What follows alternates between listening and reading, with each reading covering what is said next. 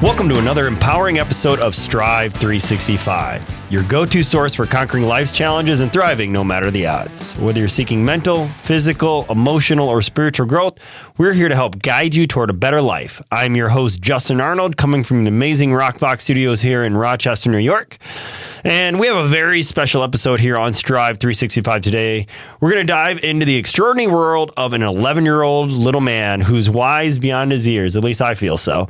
Today, I'm thrilled to introduce a guest who not only shines in the classroom as a straight-A student, but also excels in the rink and on the field as a passionate hockey and baseball player.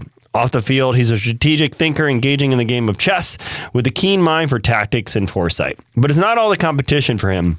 He finds solace and joy in the tranquility of the outdoors, with camping being one of his favorite activities. So whether he's sitting by a campfire under the stars or exploring the wilderness, he's at home in nature.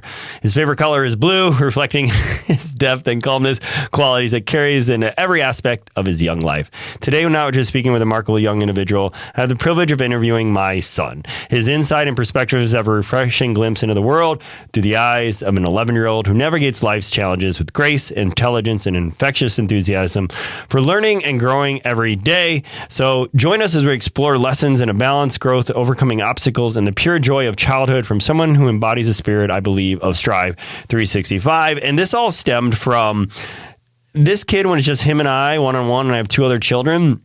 He'll be sitting in the backseat of my truck, and we don't always listen to music, and even if we do, it's low volume, and we'll have some conversations, and he'll start asking some deep questions and having some deep insights. So I was like, dude, let's just have you on here. Welcome aboard, Jalen. Thank you. What's it feel like to be on this podcast, man? I mean, it's new. It feels good, though, to be on a microphone and just talking to viewers and my own father in a deep thought conversation. So what do you think about podcasting? What do you know, or what are your thoughts on the whole thing? I mean, I've seen you running a lot of podcasts with some of your friends and some people that you know, some people that you don't know. And it just feels nice to be on a microphone talking to somebody that I know, but don't know the full truth. Yeah. And you could still have some thoughts and questions about yourself. Not that you've watched all my episodes, and feel free to say I can't remember, I don't know on anything today. Is there any episode or anything that stands out to you that you really liked, or even 11-year-old got some takeaways from? I mean, I don't completely remember, but I do remember some things when I don't remember his name. It was was it Mark or Mac? Yeah, it doesn't matter the name. What was the subject? What was the topic? It was I don't really fully remember. But you just liked it. It was it just felt like better to be talking to someone on a microphone. Cool. So let's get into you, man. Why don't you share with me things that maybe, think about this. I know a lot, obviously. I know a lot about you, but this is for the listeners to benefit from whatever you have to say. So share what it's like to be 11-year-old in today. What do you like about life? What it's like to be you? Maybe talk about school, sports. It's all you, man. So in school, I focus a lot in school about I want to get good grades, so I try to focus as much as I can. I mean, during lunch and recess at school, though, that's a time when I want to focus with my friends and social life. But in sports, I'm just trying to do my hardest to get better, and to also have some social with my teammates to get better relationships, and that's pretty much it. Well, what about if for parents that are listening to this, what's something you'd like to tell them about maybe being a boy in today's world, or something you'd like them to know or maybe even me, what's something you'd like me to know that maybe I don't know about yourself, or something to help me out or help other parents out? Sometimes there are things in your kid's life, your child's life, that are sometimes stressful to them and they don't know how to handle it. So even if you think they know what you think they know, almost everything that might be important to them, it's still okay to ask questions and teach them more, even if they already know it, because maybe they didn't know it in that certain perspective. Wow, that's pretty deep. So, like, how would they do that? Like, what's a good way that would make you feel comfortable for them to come talk to you? Even, because I guess parents, from a parent's perspective, he knows that, or he should know that already, or it's like, the kid might brush it off from the other way. It's like, oh, I already know that, mom or dad. But sometimes you're saying, even though you say that, maybe that you still want the advice or the feedback or the perspective. Sort of, yeah. So basically, like, even if we know what they're trying to say, just getting it from a different perspective could help us grow even more. Awesome. How do you manage, like, stress and things like that? What are some of the things you do that maybe another 11-year-old or a parent could share with their child, or how you manage everything you're doing? I mean, you got a lot. You juggle school, you got hockey, baseball, chess. This kid's in, like, if there's an activity he signs up for, something else I forgot to mention, he's in a musical coming up at his school. He's in Math Olympiad.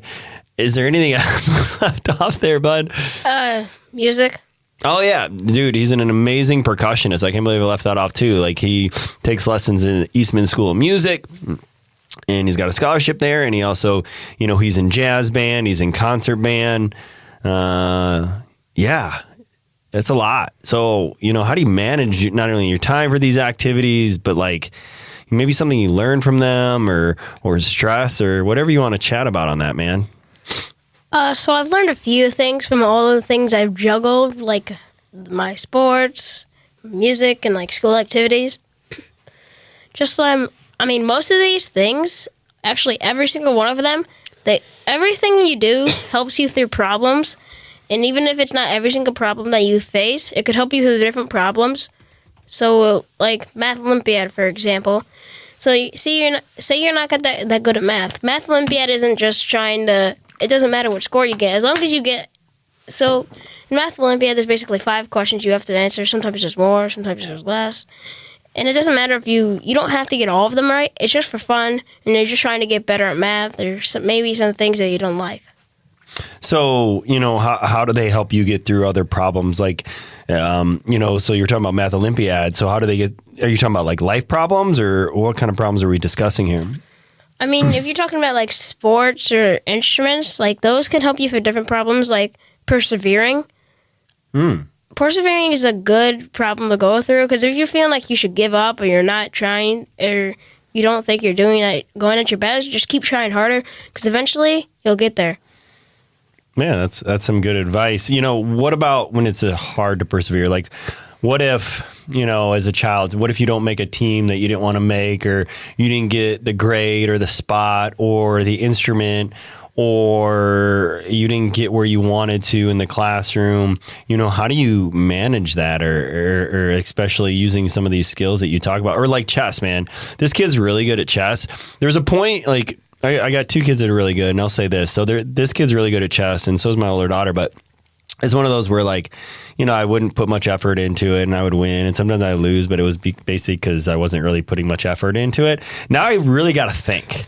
Like, this kid is so good. And, like, when you play chess, he is gutsy with his chess moves. He's aggressive. So sorry to, like, I just want to share that. But seriously, so how do you, back to the original, like, how do you, manage those things? Managing my sport. So it's hard to do a bunch of things at once, like chess, Math Olympiad, school activities, just the classroom, and trying to get good grades to impress your parents. You think that impresses us? I mean, I know it doesn't, but it feels good to get better grades, because even if you don't get the best grades that you possibly could, it just shows that you're trying. It just shows that you're trying.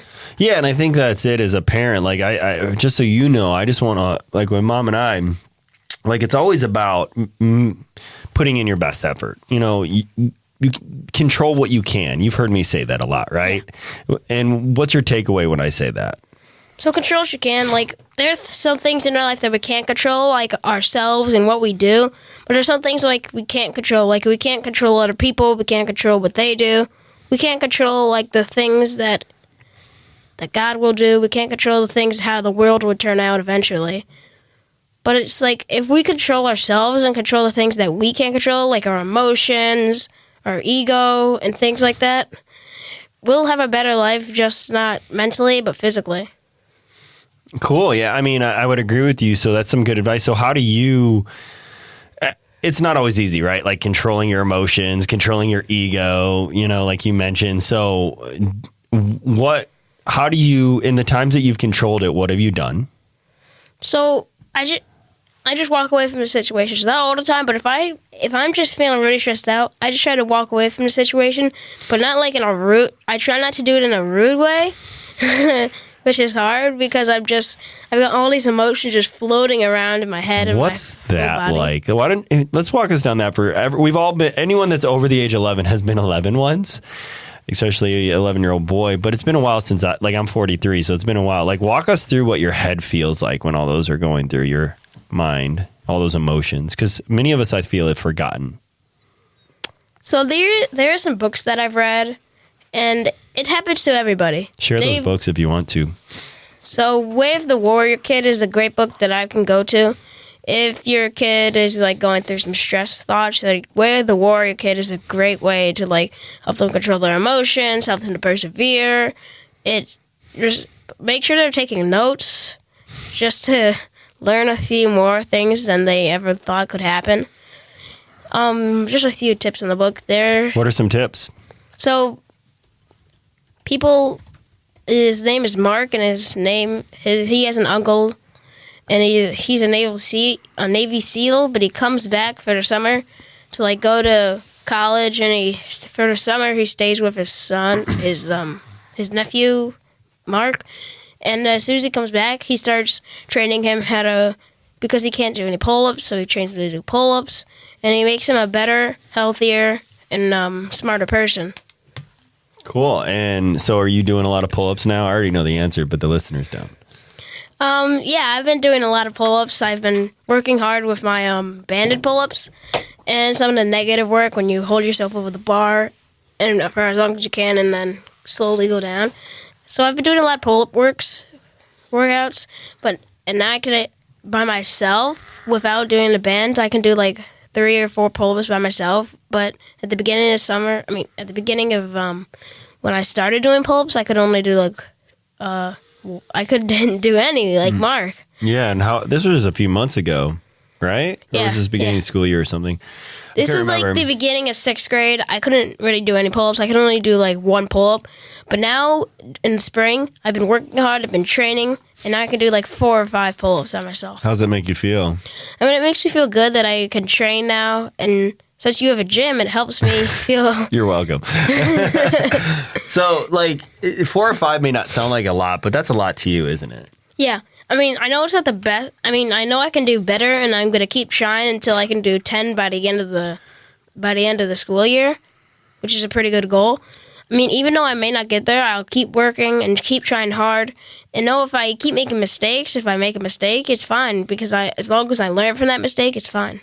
That's some great advice. And something, I've noticed about you that I didn't really think about till right now is, I've coached a lot of sports, and I've seen in every sport I've coached, and even in like training, I've seen adults and kids alike, when they can't do something or can't do as well as they like, they're like, I can't do this, or I'm not going to try. This is too hard. I quit. Whatever. Words like that. I don't think I've ever heard you utter that. Like, I don't think I've ever heard maybe a few times, but... maybe you haven't vocally, maybe in your mind, but not. I've never heard you say it, but you've always, you may have walked away, but you've come back and always tried to do it. How? You're 11. Why? Why don't you want to just quit? I don't want to quit because in one of the books, Way of the Warrior Kid, I think this is the 3rd one, where there's a will, there's a way. If you have a strong will, and you keep persevering, and you shut out that voice in your head that's telling you to give up or to quit, and you feel it, just keep going and keep trying hard. But there's a will, there's a way. There's a way to do anything if you just have a strong will.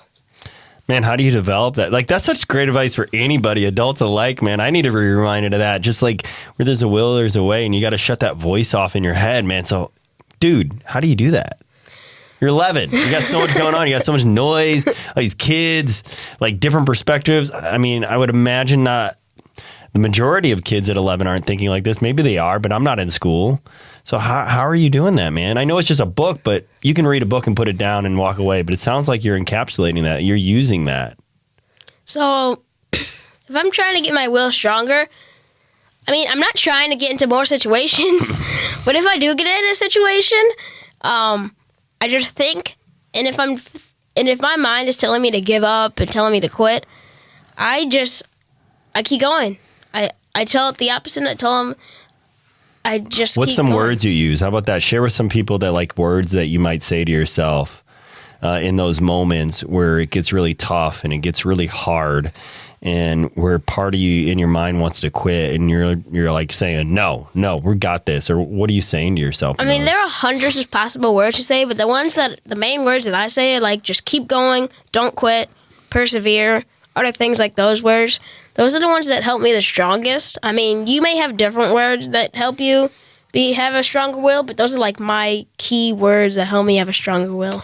Okay, so let's switch subjects here a little bit, and we might come back to this in a little bit. But the reason why I brought this up earlier, because I was going to ask a question about it. It's like your favorite color is blue, and one, it sounded silly, but it's always been for as long as I can remember. I think since you started learning colors and saying words, and very specific blue. If you want to share that, you can share that, but.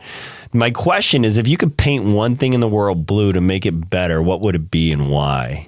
Oh. But do you have a favorite color blue, though? First, let's take that easy one. So I like a sky blue, because I like a sky blue because when I look up in the sky, that blue just makes me feel, I mean, if there's a clear sky, it just feels like a good day to me. And then light blue, it just feels nice and clear. So if I'm having a good day, I'm just feeling like a light blue. Good day is light blue. So if you could paint one thing, that sky blue, that light blue, to make it better, what would it be and why?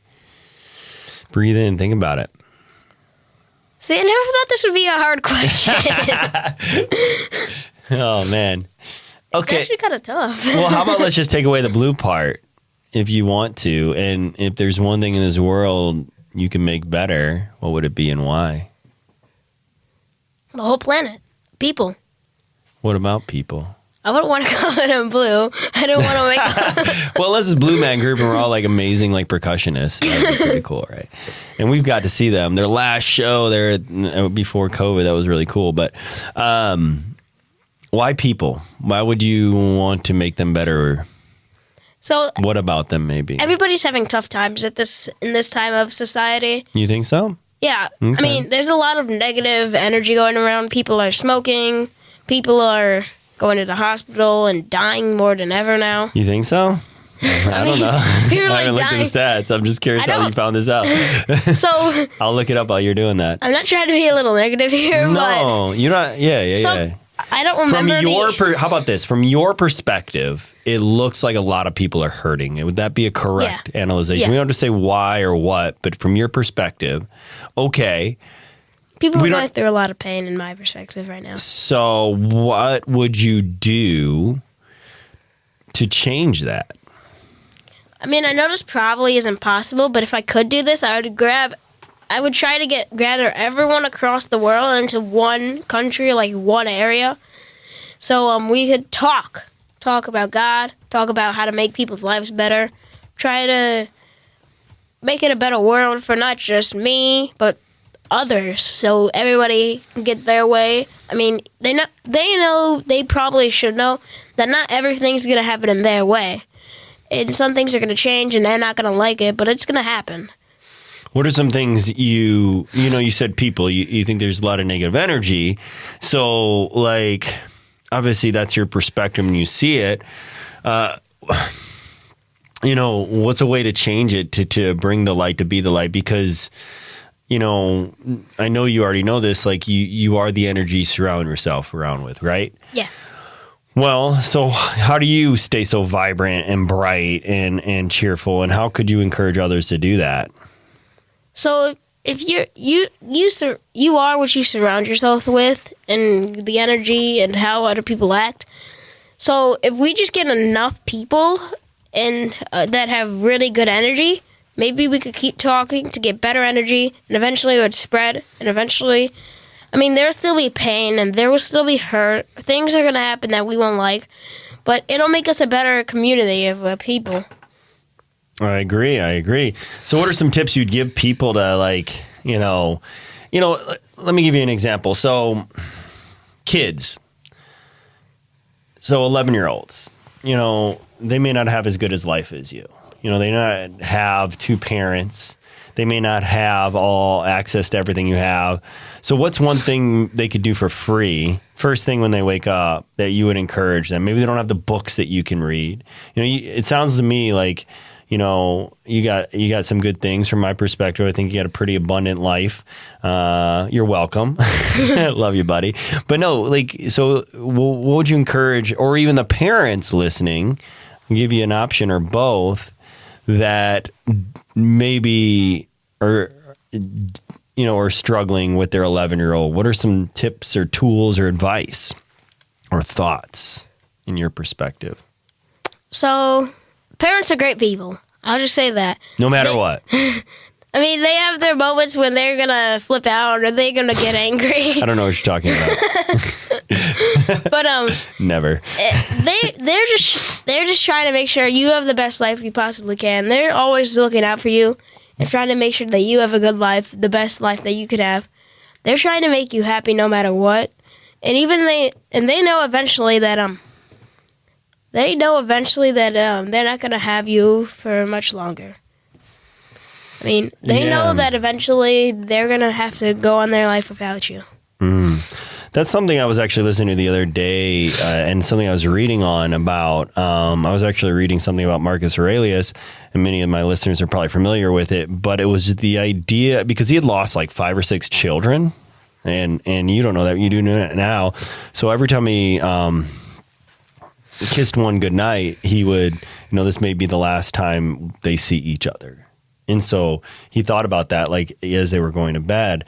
And so you just pointed out something very, very important there too. So what is that's great feedback. I would double down on that as far as, there's some parents out there we could label as bad or abusive, but we also remember they are a product of their environment. So maybe in their minds, they believe they're doing the best job they can, but from our judgmental perspective, they're horrible parents, but we don't know. We're only outside looking in. So to put that in a kid's mind, the thought of parents are doing the best that they can, even though it may not look like it, what do you think that does for that child to just flip the switch, even though it may not feel like their parents are really doing well, just to believe that in their mind? It sounds like you think that would help, right? Yeah. Why do you go ahead? If we believe that our parents are trying to do the best they can, and we're just believing that all their actions are coming from a place of love, and that they're just trying to help us in the best way that they can, and even if they flip out, and that happens sometimes. It happens to everyone. It happens to me. It happens to my siblings. It happens to some of my friends I know. But all of the actions are coming from a place of love from our parents. What's one thing you'd like me or mom or other parents to know when you're getting really angry and frustrated? You're a good kid. I too believe the same thing about you, but you get so angry sometimes you want to hit something, or you do like your sister, you get really angry, you throw something like your hockey stick, you get frustrated. What's one thing you'd like us to know in those moments? Let's see. So that's when our emotions get out of control and we start acting like in ways that we shouldn't do. Like it happened in one of the Way of the Warrior Kid books. It was the last day of school. Mark was being bullied and being called words like plate face because his face was like circular. Yeah. And he just couldn't take it anymore, and he threw actually something right in his head, and he had to go to the principal's office on the last day of school. So that's just to show that they were losing their control of their own emotions. And they lost, and he was also judging the person that bullied him, that he was a rude person, he just talks a lot, and he just is a bad person. But really, he finally discovered the reason why he was acting out this way, because he didn't have enough money, and his parents had to work a lot so they could earn more money. And so Mark finally realized that he was being bullied because Nathan, he didn't have as good as a life as him, and he was just jealous, so he acted out. And even though they both knew it wasn't a right thing to do, it was reasonable because they saw why it could possibly happen. I mean, that's a great story. It sounded like there was a deeper reason to it all and getting to know that. So that was the story in the book. What about a story about Jalen where you could relate to that story that you feel comfortable sharing? No pressure, buddy. I'll share with Ayla because that's the most common thing that happens. Okay. So we were just hanging out. We were actually getting along. Which they do most of the time, 89% of the time, 92 maybe. Go ahead. 92% of the time, when we get mad, we act out, and we can't control our emotions. So when that happens and we regret it, we try to make it feel better, and we know we might get punished for what we did. But even if that happens, it gives us a chance to think, why did I do that? How can I get a better thought so I can control my emotions better?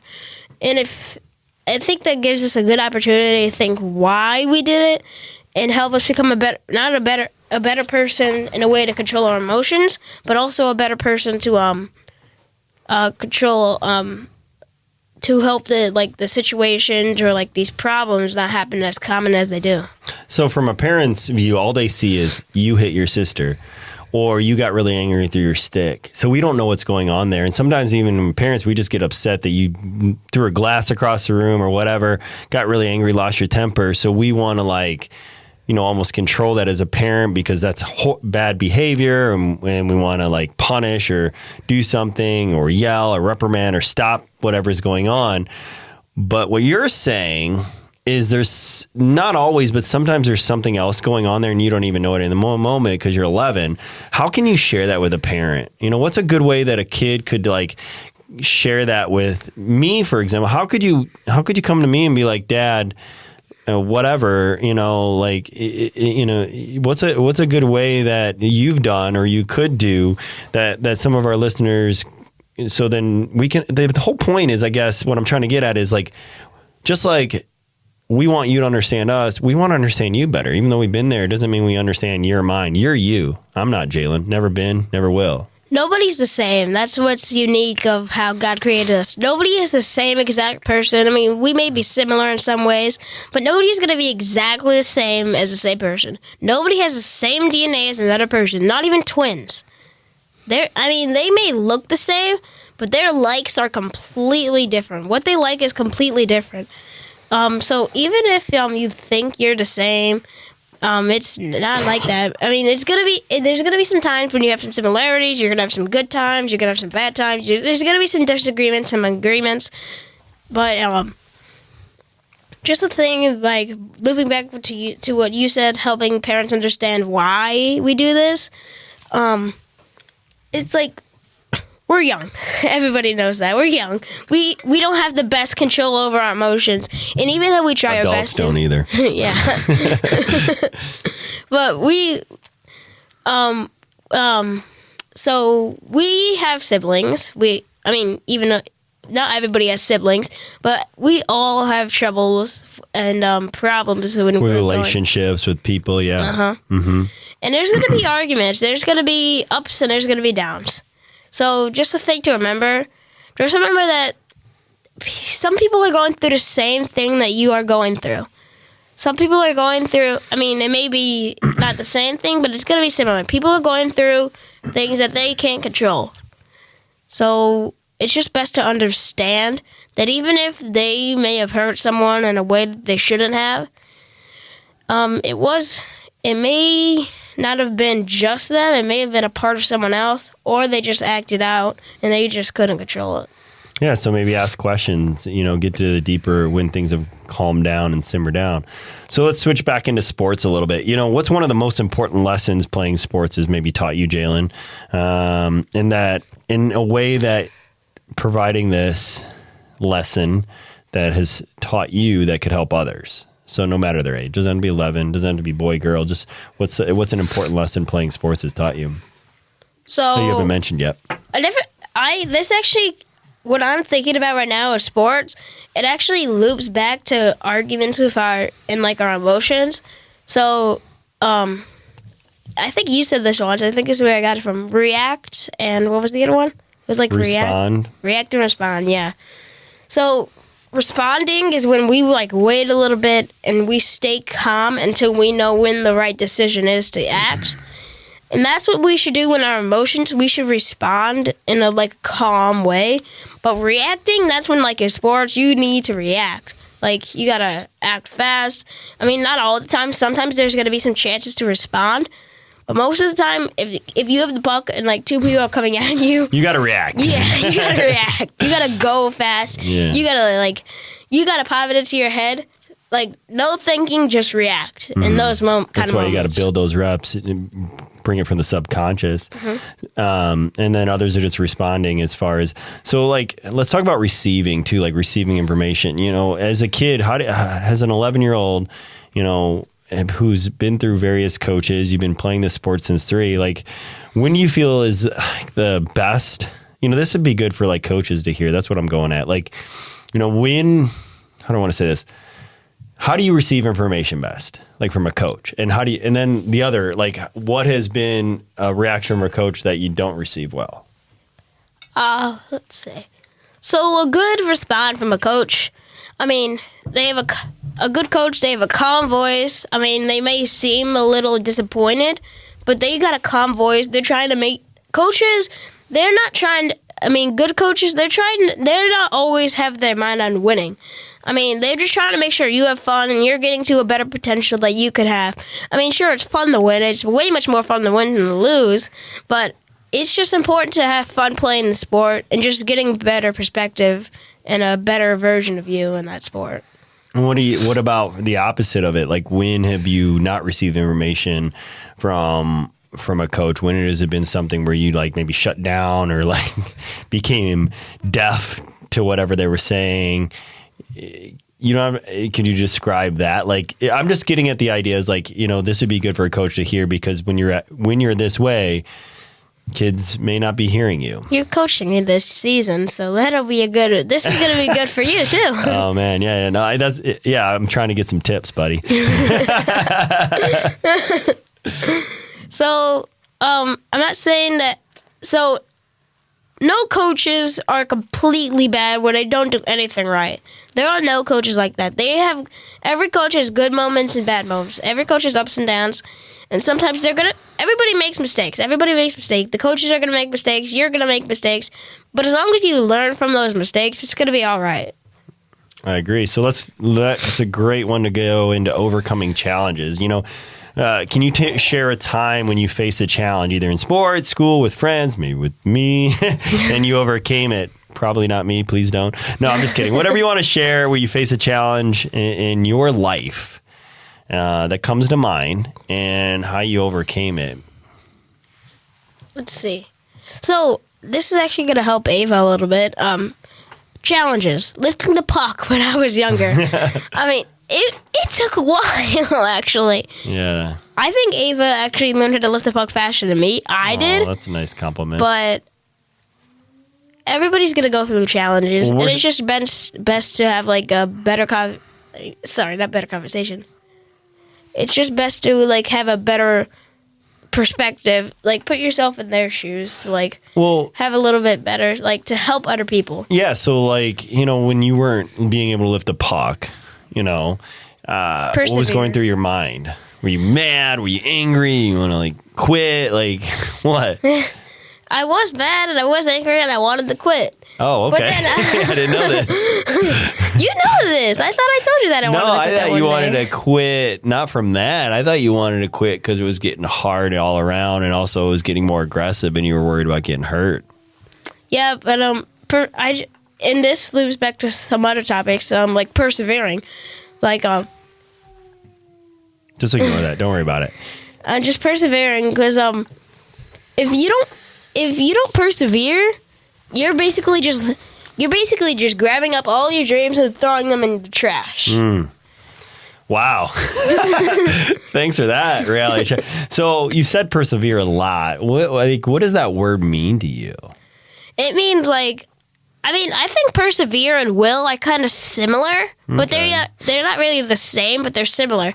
Perseverance is like you don't give up and you keep going, and will is basically the same thing, but will is what you think. Perseverance, so will is like how you think and what you think about a challenge. Perseverance is like what you do about the challenge. So let's go into this now. Like, if you could have any superpower, what would it be? It sounds like you already know the answer. I mean, this could help you with your homework, sports, or any part of your life. If you could have one superpower, what would it be? So I've got a top three. Oh, you're just top going to go three. Okay. This isn't a genie wish, but go ahead. Give all three. No, this is just my top three because I don't really have a favorite, but this is my top three. Either super speed, super strength, or telekinesis. Wow. Why? So if I have speed, so I can be really fast, but sometimes, if I don't know, if you got to learn from these superpowers, because if you don't know how to control it, something bad could happen. Like, if you don't know how to control super speed, you could be ramming into walls, and you could actually get kind of hurt. So that's not my favorite. Super strength, it's going to be kind of hard to control that, because if you don't know how to control super strength, and you're just grabbing at things, you're going to break probably a lot of stuff. That's why my favorite is probably telekinesis, because it's basically just lifting up with your mind. But if you don't know how to control that too, you could be lifting up things everywhere without even knowing, and that could just lead into even more problems. Okay, we're going to get a little deeper here now. So there's no perfect superpower. There's every superpower has like a default or its challenges, but telekinesis is probably my favorite. I love it, man. Those are great. So, reflection on growth. What does growing up mean to you? And what kind of person do you hope to be when you're older? So, growing. What does growing up mean to you? And what kind of person do you hope to be when you're older? So, growing to me is like not just like getting older, but like going through more challenges. There are going to be more challenges in our life. So, we got to learn how to persevere for even more challenges. I mean, we're not going to try to make challenges and make more problems, but we know that challenges are going to appear in our life. So we got to learn how to not control these problems, but to push through these problems. So growing up to me means like going through more challenges, but learning how to grow from those challenges so we can learn from those challenges and keep growing from more challenges, like growing mentally and physically. So, you've talked about some of your challenges, like in sports and life and stuff. And so it's like, a term I've used and you use is winning or growing. It's actually a chapter in my second book. Winning or learning. Winning or growing, winning or learning. Yeah. Same thing. So I think those are great tools. So what kind of person do you hope to be when you're older? Like, what do you want to be like? What do you want to do? What do you want to be like?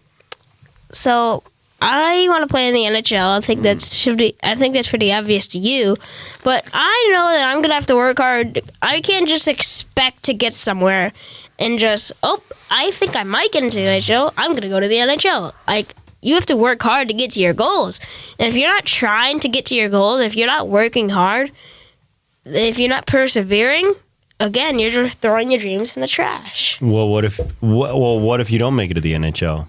What are you going to do then? If I don't make it to the NHL, I'm going to try to make it. I'm just going to keep playing hockey. I'm not going to stop until I make it to the NHL. Okay. I'm going to keep trying hard, and I'm going to keep persevering. I'm going to keep fighting, and I'm moving forward until I reach my goals. And if I don't reach those goals, what else do you want to be in your life? What do you want to do with your life? I know you want to help people. You talked about that earlier. You want to serve. Like, what are some things you think you might do? And even if you go to the NHL, it's not you're going to play there till you're 50. Like, what do you plan on doing like after that if you do make it, or whether you make it or not? What are some other things you want to do with your life? I mean, after my NHL career, I want to be a pilot. I love it. I mean, You can go at the same time, man. I've always wanted to fly. I've actually been inside of a lot of planes before. Cockpits and stuff. Yeah. That's really cool. And just what really clicked and wanted me to be a pilot is that one time when I think I was with Mom and we went in the cockpit, they said, "Do you want to be a pilot?" And I was like, "When I'm older, yeah." I was like, "Do you know math? I mean, are you good at math?" And I'm like, "Oh yeah." Yeah. So they said that like it loops around to a lot of math, like calculations. I bet, and, like, man. Coordinate planes and stuff like that. Why do you want to be a pilot so bad? I just love to be in the air. I just love seeing things. And I love that. Plus, I want to parachute with you one day. For sure, man. So we're running short soon. We got like 5 minutes left here, bud. So I got a couple more. How are we doing? Good. I feel nice. What's one thing you wish parents understood better about kids your age? Oh, man. I know we've talked about this a little bit.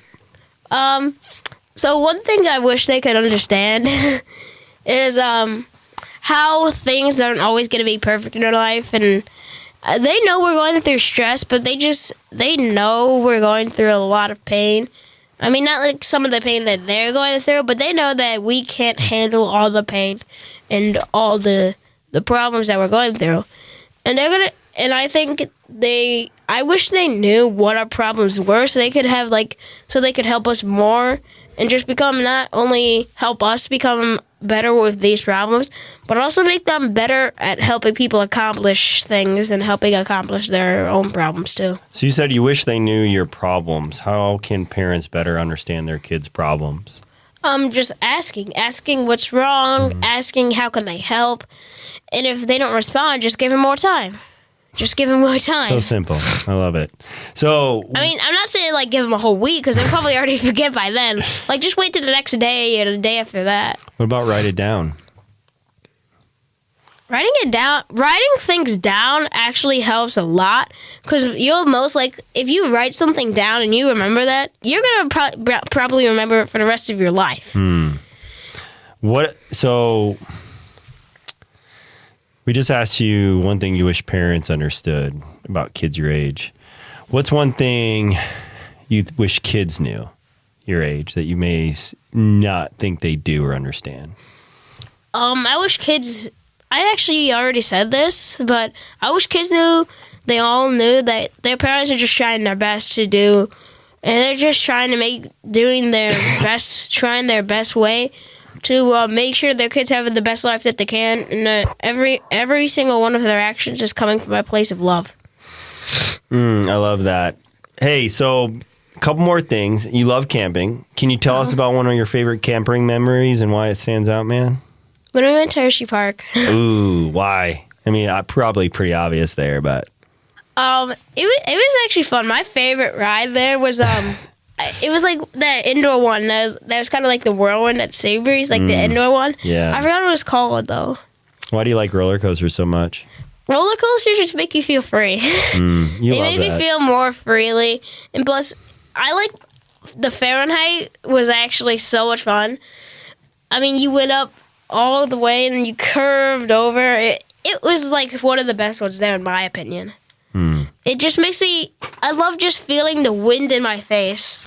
So you seem to balance things really well. What advice would you give other kids who might be struggling with balancing school and their hobbies? I'd say actually just try your best. I mean, they know that their parents are trying to make them to do the best they can. Even if they don't get perfect grades and they don't get straight A's, it's fine. Just as long as they're trying their best, I think it's perfect as long as they're just trying their best. Yeah, you just have this carefree attitude. You want to fly planes. You know, I'm getting to know a lot more about you, son. You know, with the roller coasters, you feel free.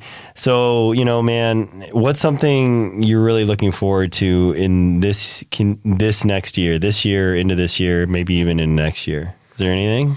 I'm looking forward to playing my first season as the Amberks and you being my coach. Because, I mean, I'm going to make a lot of new friends this year.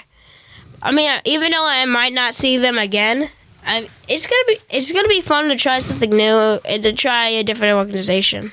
Why are you? This gets me emotional. I feel like so many kids don't want their dad or mom to be their coach or be their like in their schools. But like, why are you so excited about that, man? I mean, some kids don't want their dads to be coaches or be around them that much when they're with their friends because they don't want to be embarrassed. They feel like they don't want to be embarrassed. But I think embarrassment is actually a good thing, in my perspective. Please share. So embarrassment kind of helps us like know that nobody's perfect. Nobody's perfect. Not everything's gonna happen your way. And that it's just good to be yourself. And even if you get embarrassed, I mean, what's the point? So you just gave me permission to embarrass you. I appreciate that. But like, but is there more than that? Is there another reason why you're excited to have me there, man? I'm excited to have you because I'm going to get to spend more time with you because we don't really get to spend a lot of time together. And this is just this is going to get us a better relationship, not just you and me, but to maybe our whole entire family, so we could be more like freely with other people. You trying to make me cry today, man? I love you, buddy. Anything else you want to share before we get off here, man? I could talk to you all day as we do at home, but I wanted some things that could help our listeners on Strive 365 to help kids, help parents, and just enjoy, if anything, smile from hearing the mind of an 11-year-old. So anything else you have to share before we get off here, man?